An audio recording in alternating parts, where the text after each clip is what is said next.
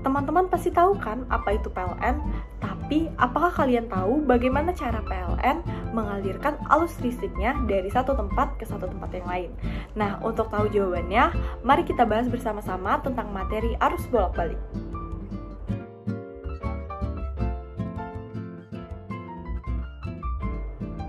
Assalamualaikum warahmatullahi wabarakatuh. Tabi pun, apa kabar teman-teman semuanya? Perkenalkan, nama saya Safa Fidania Usman. Hari ini kita akan belajar bersama-sama materi fisika yaitu arus bolak-balik. Tapi sebelum masuk ke penjelasan, lebih baik kita berdoa dulu yuk. Berdoa menurut agama dan kepercayaan masing-masing. Berdoa dimulai.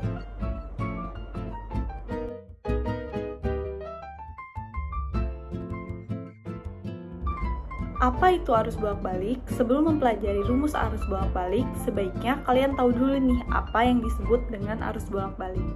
Kalau berdasarkan pengertiannya, arus listrik bolak-balik atau alternating current adalah arus listrik yang nilainya berubah-ubah terhadap satuan waktu.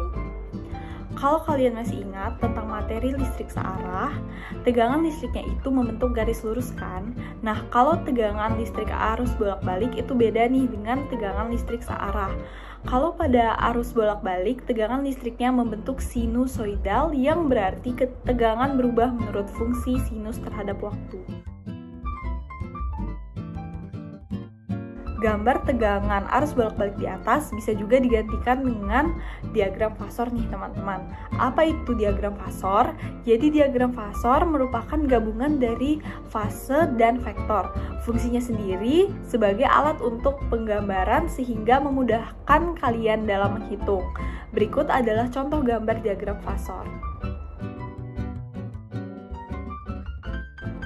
Contoh penggunaan arus bolak-balik ada pada listrik PLN, di mana arus bolak-balik pada listrik PLN ini dimanfaatkan sebagai sumber energi untuk menyalakan perangkat elektronik yang ada di rumah kita.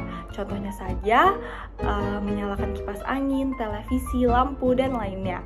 Sumber arus bolak-balik pada PLN sendiri berasal dari induksi elektromagnetik generator AC yang dioperasikan oleh PLN. Generator merupakan suatu alat yang dapat mengubah tenaga mekanik menjadi energi listrik. Tenaga mekanik yang dimaksud bisa berasal dari panas, air, uap, dan lainnya.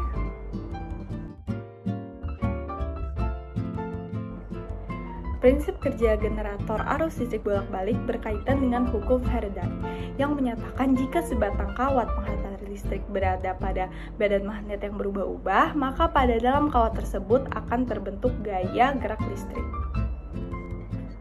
Pada generator listrik arus bolak-balik, tegangan maksimumnya tergantung pada jumlah lilitan kumparan rotor, yang kedua besar induksi magnetik, yang ketiga laju angular putaran rotor, dan yang terakhir diameter kumparan kawat.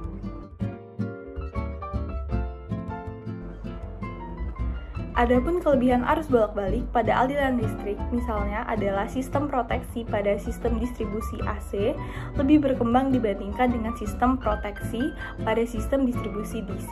Selain itu, proses transformasi tegangan dari satu level ke level lainnya juga lebih mudah. Apakah kalian pernah mendengar alat osiloskop? Jadi, osiloskop merupakan alat yang digunakan untuk mengukur besaran pada listrik arus bolak-balik nih teman-teman. Jadi, bentuknya seperti ini ya.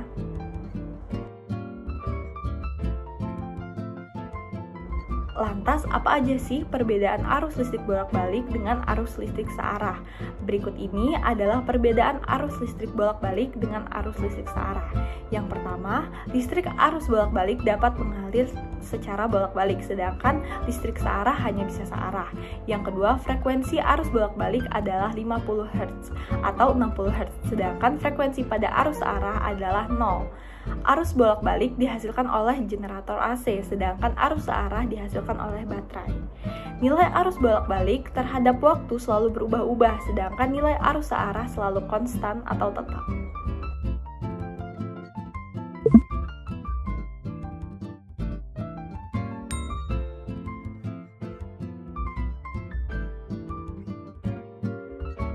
Selanjutnya, rangkaian seri RLC.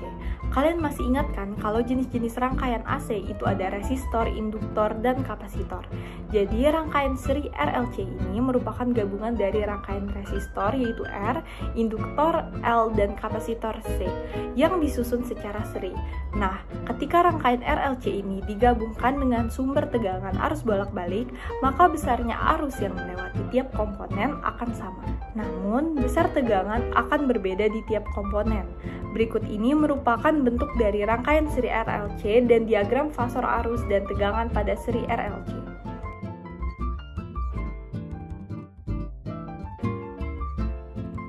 Tegangan total pada arus bolak-balik. Untuk menghitung besarnya tegangan total pada rangkaian arus bolak-balik, kalian bisa menggunakan rumus tegangan total di bawah ini, yaitu V sama dengan akar V2R plus dalam kurung VL min VC kuadrat. Dengan keterangan V sebagai tegangan total susunan RLC, VR sebagai tegangan pada hambatan, VL sebagai tegangan pada induktor, dan VC sebagai tegangan pada kapasitor. Kemudian, berdasarkan diagram fasor di atas, maka beda sudut fase antara kuat arus dengan tegangan memenuhi hubungan tan theta sama dengan VL min VC per VR sama dengan XL min XC per R. Impedansi. Jika pada arus searah kalian hanya menemukan satu macam hambatan, maka berbeda dengan arus bolak-balik, di mana kalian akan menemukan resistor, induktor, dan kapasitor dalam satu rangkaian.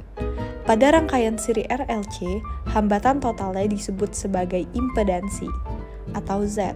Untuk menentukan impedansi, kalian bisa menggunakan rumus impedansi di bawah ini, yaitu impedansi sama dengan akar R kuadrat plus dalam kurung XL min XC kuadrat. Dengan keterangan Z sama dengan impedansi rangkaian seri RLC, R sebagai hambatan, XL sebagai reaktansi induktif, dan XC sama dengan reaktansi kapasitif. Daya arus bolak-balik. Besarnya daya pada arus bolak-balik bisa dihitung menggunakan rumus sebagai berikut. Dengan keterangan P sebagai daya, satuannya watt, V sebagai tegangan, satuannya volt, dan I sebagai arus, satuannya ampere.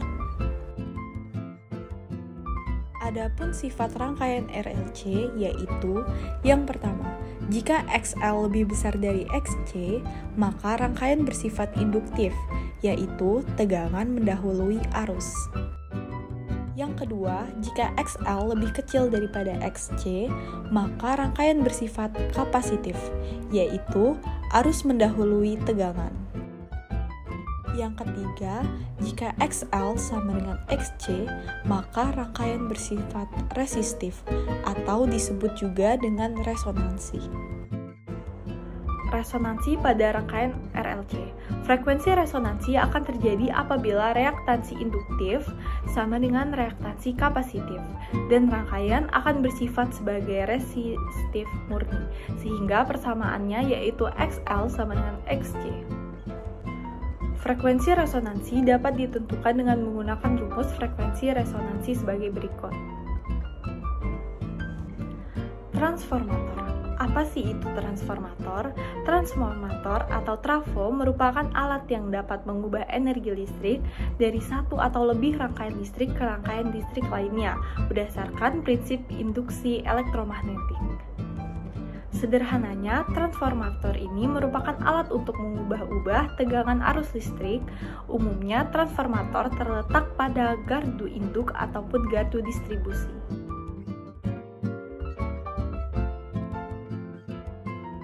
Adapun persamaan yang menyatakan hubungan antara jumlah lilitan dengan besarnya tegangan, yaitu Vp per Vs sama dengan Np per Ns.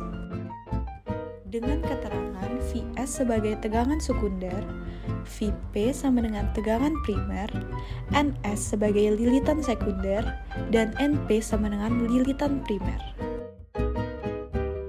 Pada trafo, ada besaran yang disebut sebagai efisiensi nih teman-teman. Apa itu efisiensi? Efisiensi merupakan perbandingan daya keluaran dan daya masukan transformator. Rumus efisiensi yaitu eta sama dengan PS per PP dikali 100%. Dengan keterangan eta sebagai efisiensi 100%, PP sama dengan daya yang masuk dengan satuan watt, dan PS sebagai daya yang keluar dengan satuan watt.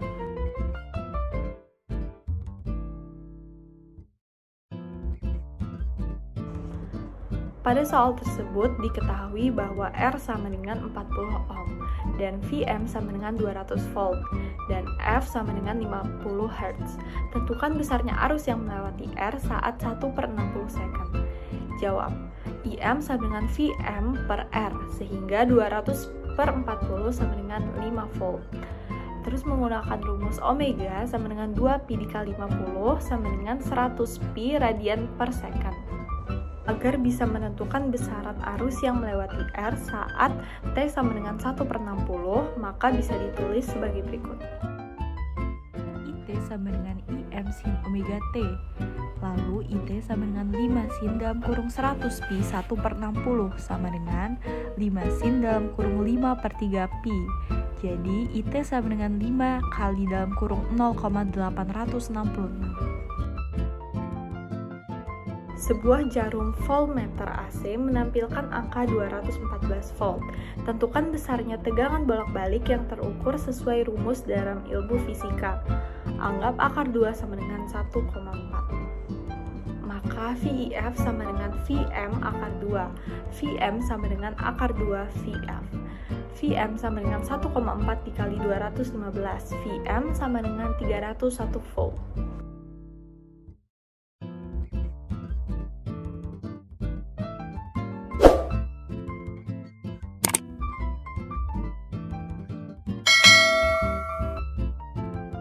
Tegangan suatu rangkaian ketika diukur dengan osiloskop adalah 220 volt. Bila tegangan rangkaian tersebut diukur lagi dengan menggunakan voltmeter AC, maka angka yang ditunjukkannya adalah cara pengerjaannya yaitu VIF sama dengan Vm per akar 2. VIF sama dengan 220 volt per akar 2, sehingga VIF sama dengan 220 volt per akar 2 dikali akar 2 per akar 2 sama dengan 110 akar 2 volt. Jadi, jika alat tersebut diukur lagi dengan menggunakan voltmeter AC, angka yang ditunjukkannya adalah 110 akar 2 volt. Generator AC membangkitkan tegangan listrik dengan persamaan V sama dengan 120 akar 2 sin 100 pi volt dengan T dalam sekon. Tegangan efektif dan frekuensi tegangan tersebut adalah, dari soal tersebut diketahui bahwa Vm sama dengan 120 akar 2 volt dan omega sama dengan 100 pi radian per second. Sehingga kita menggunakan rumus VIF sama dengan Vm per akar 2. VIF sama dengan 120 akar 2 volt per akar 2 sama dengan 120 volt. Lalu untuk mencari F-nya sama dengan omega dikali 2pi, sehingga 100 pi per 2pi sama dengan 50 Hz. Jadi kesimpulannya, arus bolak-balik adalah arus listrik di mana besar dan arahnya harus berubah secara bolak-balik. Ternyata fisika sangat dekat ya dengan kehidupan kita sehari-hari. Nah, sekarang kalian sudah mulai paham bukan tentang materi arus bolak-balik? Kira-kira bagaimana ya cara mengerjakan soal di atas ini? Selamat mengerjakan semuanya. Jangan lupa belajar dan terus baca bukunya ya. Saya Salma Vinania Usman, pamit undur diri. Wassalamualaikum warahmatullahi wabarakatuh.